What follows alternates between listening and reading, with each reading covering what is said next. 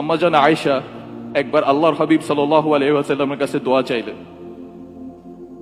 তিনি এমন মন ভরে দোয়া করলেন যে আম্মাজান খুশিতে হেসে ফেললেন। নবীজি তখন জিজ্ঞেস করলেন, আয়েশা, আমার দোয়া কি তোমাকে আনন্দ দিয়েছে? আম্মাজান বললেন, অবশ্যই। তখন তিনি বললেন, আল্লাহর কসম, আমি প্রতি সালাতে আমার উম্মতের জন্য ঠিক এই দোয়াটি করি। বিদায় বেলায় এক অমায়িক দৃশ্য মন জুড়িয়েছিল আল্লাহর হাবিবের। হযরত আবু বকর রাদিয়াল্লাহু তাআলা আনহু এর ইমামতিতে সাহাবীরা সালাত আদায় করছেন, প্রচন্ড জ্বরের ব্যথাতেও। পর্দার আড়াল থেকে এই দৃশ্য দেখে তিনি মুচকি হাসলেন। প্রশান্তিতে বুক ভরে উঠল তার। আমার উম্মত একতাবদ্ধ, আমার উম্মত আল্লাহর পানে রুকু সিজদায় অবনত। একবার ভাবুন তো, যদি আজ আল্লাহর রাসূল সাল্লাল্লাহু আলাইহি ওয়াসাল্লাম ফিরে আসতেন, যদি তিনি দেখতেন তার সেই আদরের উম্মতের মসজিদগুলো আজ ফজরের সময় খালি পড়ে থাকে,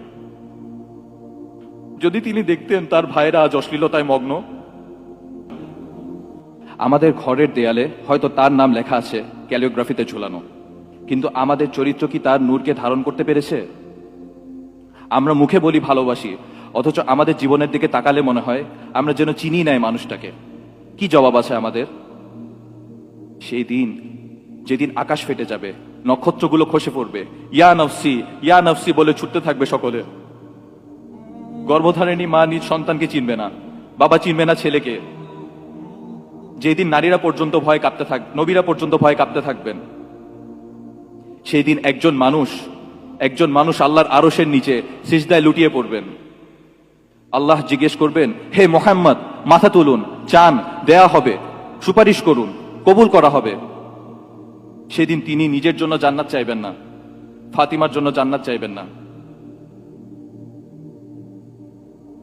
যেদিন সবাই সব বন্ধন ভুলে গেছে, মুছে গেছে, সম্পর্কের যত সীমানা, সেই দিনও তিনি বলবেন, ইয়া রব্বি উম্মতি উম্মতি, হে আল্লাহ, আমার উম্মত আমার উম্মত।